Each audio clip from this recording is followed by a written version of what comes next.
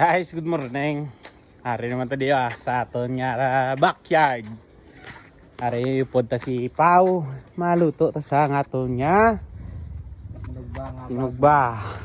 Inihaw. Video ko do. Video ko. Bitay. Subong guys. Mati. Basi na post na nang tawa be. Why na ya? I-play agaway. Subong guys.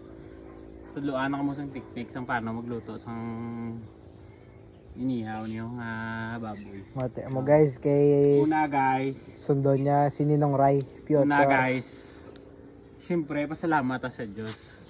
Kay miyara ta subong kalanon kag suludanon.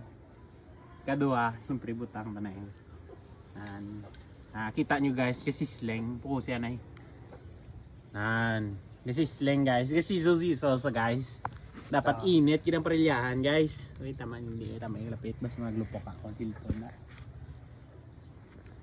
Kadua guys. Ay katlo guys. Siyempre with love.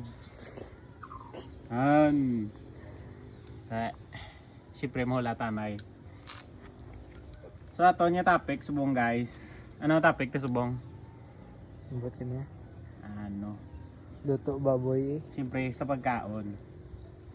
Ang pagkaon, source of life. Kasi guys, paano nambal nga source of life ng pagkaon guys? Siyempre, amo naghatag sa aton sang kusog kag kabakod. Amen. Okay. May aga, may hapon, may gabi.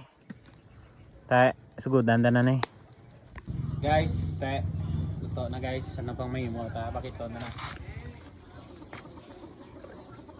Ay mo ta subong masulod to hag sagam samon ng pagpalangga sa ngapon nga linuto.